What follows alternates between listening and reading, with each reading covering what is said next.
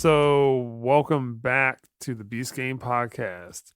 Today, we're talking again about Mandalorian. Excuse me, not Mandalorian. The Book of Boba Fett. This is episode 4. Just want to remind everybody, it's that time of year again at General Miguel. So start the year off right with the General Miguel's Trap Pack. How'd you feel about this episode of Boba Fett? All right, so me personally, so I've read a lot of flack online and heard a lot of people for whatever reason say they don't like this. Including I Keith. actually like this episode. Only because if you remember, I sent a message the other day while I was watching, and I said episode 4 equals context. Mm-hmm. And essentially, to me, kind of explained why the first 3 were what they were, and they were going for like why Boba Fett's being the way he is and making the decisions he's making. So it's a Star Wars crime drama series of the Star Wars universe. Yeah, I think I made a comment calling him Boba Corleone. So if you look at it, Finn Chan is Tom Hagen, and Black Chrysanthemum is Luca Brasi. Yep, absolutely. Yeah, like it's starting to feel very Godfather-esque, Goodfellas. I haven't seen Departed in a long time, so I don't know if I can say it's Departed, but it's starting to feel Scorsese-ish. That's how I was feeling when I was watching it. But I didn't mind it so much because if the first 3 were kind of like the background, this is kind of the alley-oop to get us to the slam dunk.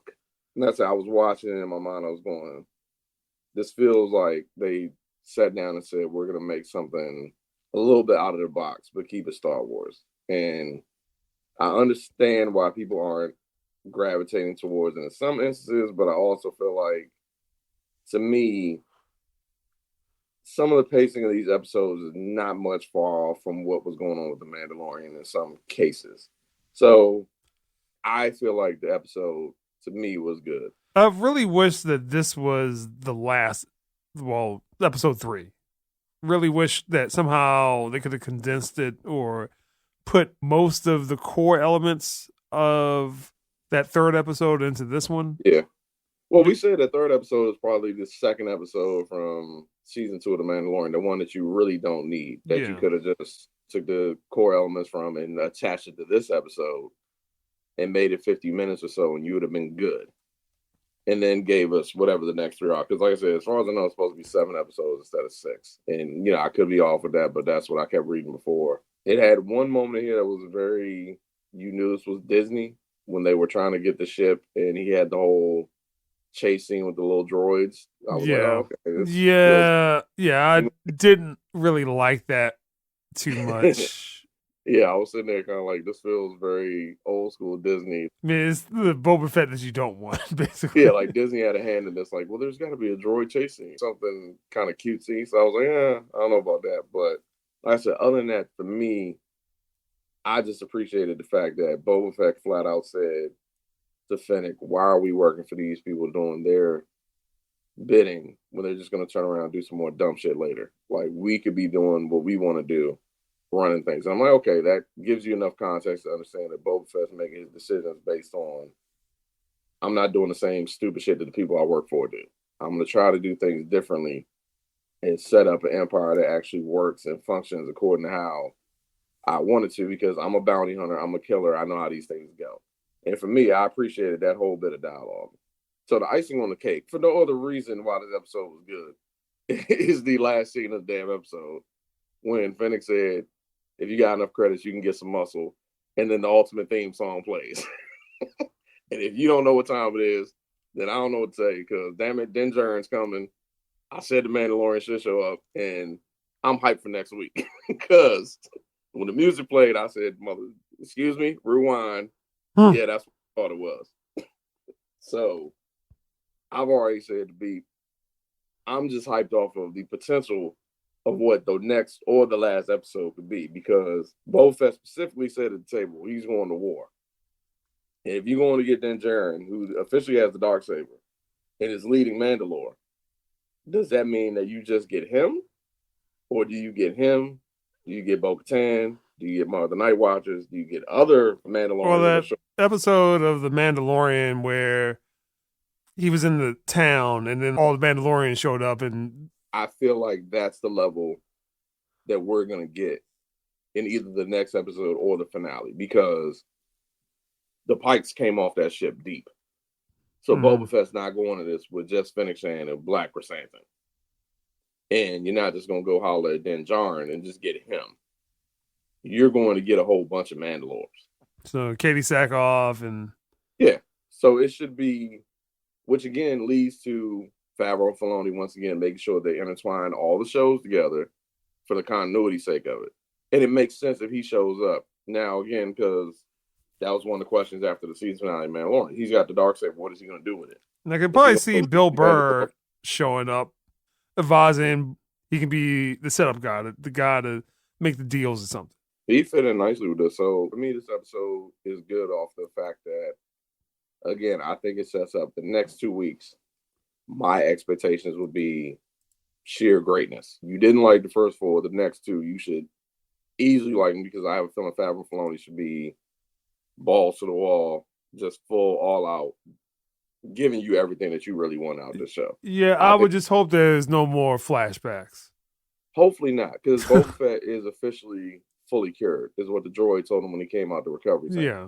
Which is another thing I told Beef. I said he's fully cured now, so all that other shit shouldn't be happening anymore.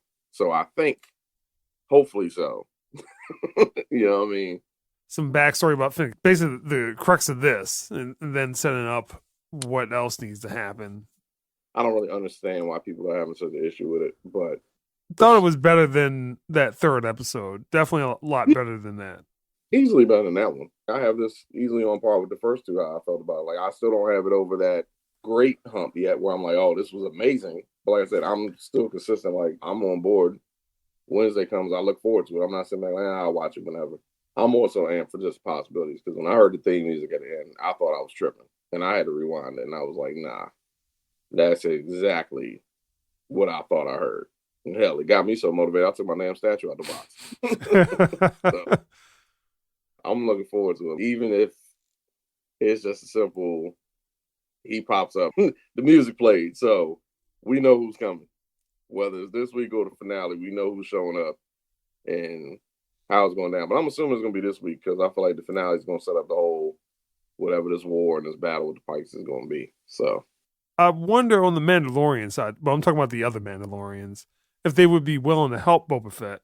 So I'm not sure if that's going to be some of the episodes, intermediate episodes, because obviously Boba Fett lives by a different creed than the Mandalorians, and theoretically his father was the Mandalorian. Well, it's also interesting because remember, Din Djarin was operating kind of old school the same way. Can't take your helmet off, nobody can see you, and all that kind of stuff.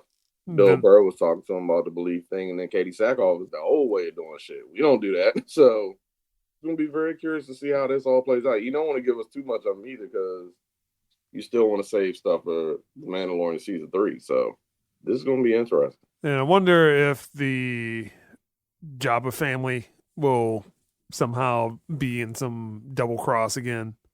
That they were I would expect it. Yeah. Trying to outsmart him. Like that, I feel like it's complete BS. I don't buy that for 1 minute. Yeah, cause it was just that whole series where Black Chrysanthemum, Gangsta Wookiee, showed up, obviously destroying Boba Fett, and it took about 4 or 5 people to rein him in. The Hutts show up. Yeah, you can do what you want. He just runs off. Yeah, this episode, he's sitting in the barn, he ripping people's arms off. Don't add up. That dude wouldn't have just ran away like that. So, like I said, I have a feeling they're definitely going to show back up. And the mayor, he's ghost, so we don't know what the fuck's going on with him. Or is he because of the Hutts?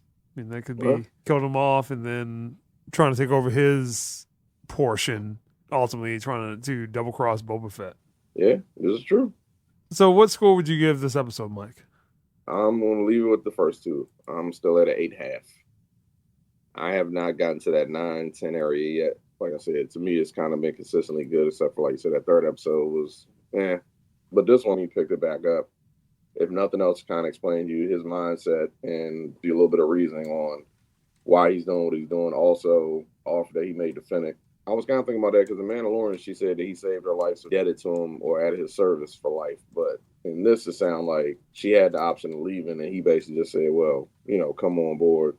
I'll split it with you 50-50 and we good. Yeah. So they just altered that for the sake of the show. No big deal. But gave us the story behind that. Gave you a nice big hint as to who or what's possibly coming. War got tossed around and you heard some theme music. So like I said, my expectations be the next two should finally crack that threshold and be the 2 episodes you're like, yeah, this is worth all the other shit. Sort of like WandaVision. Like it was slow burn as hell, and then at the end it was kind of like, oh, okay, I get it. I have a feeling that might end up being what happens with this. Yeah, I thought this, again, was better than the 3rd episode. So I would give it a 7. A lot of it, again, I just hope there's no more backstories, no more flashbacks. Again, like you said, Boba Fett is fully healed. He's cured. He's ready to rumble. But just no more flashbacks, please. Yeah, I thought the flashbacks were done myself, but they keep popping up now. So hopefully, like you said, they're done. Yeah. I don't know what else you need to flashback to at this point. I don't know, but I just really hope there's not any else. I thought it was done, and then it's like, oh, okay, he saved Shinnick, got her fixed, saved Finnick, got her fixed, and then they went and got the ship, which is no longer entitled Slave 1 for whatever stupid ass reason. That doesn't make any sense to me. Racist. I forgot what he says. It's called like Alpha or something or whatever. Anyway, playing about that. I mean, even me, I was kind of like, damn, I didn't really need to see how he got the ship back. Like, that wasn't necessary. I guess, how do you feel about Tamora Morrison complaining about too much dialogue for? I get it from the standpoint of, say, the last podcast. He only had like 3 lines of dialogue, damn near, like 3 or 4 out of like 2 movies originally. So it wasn't like Boba Fett spoke that much. But for the sake of you have an entire series, I would feel like, yeah, you kind of need to talk. Or if nothing else, you're going to have a translator or Finnick's going to be doing all the damn talking. Which, if that's the case, why are you technically the star of the show? It would be Ming-Na Wen. So, I don't know, like I said, it's a tough one. Because you're doing the Disney Plus series, right? The main character's got to have dialogue. Hence, the Mandalorian. You don't take his helmet off, but shit, he talks all the time. Because you got to talk. You're not Snake Eyes. You didn't take a vow of silence. Yeah. You know what I mean? So, fully get that one. Also, considering the fact that Django spoke, if you go back to episode 2, and hell, Boba spoke as a kid. So, a lot of it just has to do with the core trilogy. I guess the first time you see him, he's in the cantina, right? I think. Yeah. Yeah. So he doesn't say anything there. And the next one is the Sky City, right? I'm trying to think. Yep. Yeah. He says it there. And it's just like, yeah, okay. Yeah, like real quick, and then he walks off. He said, Beep said that one time. Well, he was like, dude, he's like, I understand that both is like the least amount of shit, but everybody fucking loves him. I said, yeah. Kind of crazy. I would probably say maybe if the show was 5 episodes, maybe the pacing of it would help. I really hope that these last 3 episodes, obviously the next episode should set something up, and the finale should do something special, but I'm wondering about that middle episode. All right. Peace and Podcast.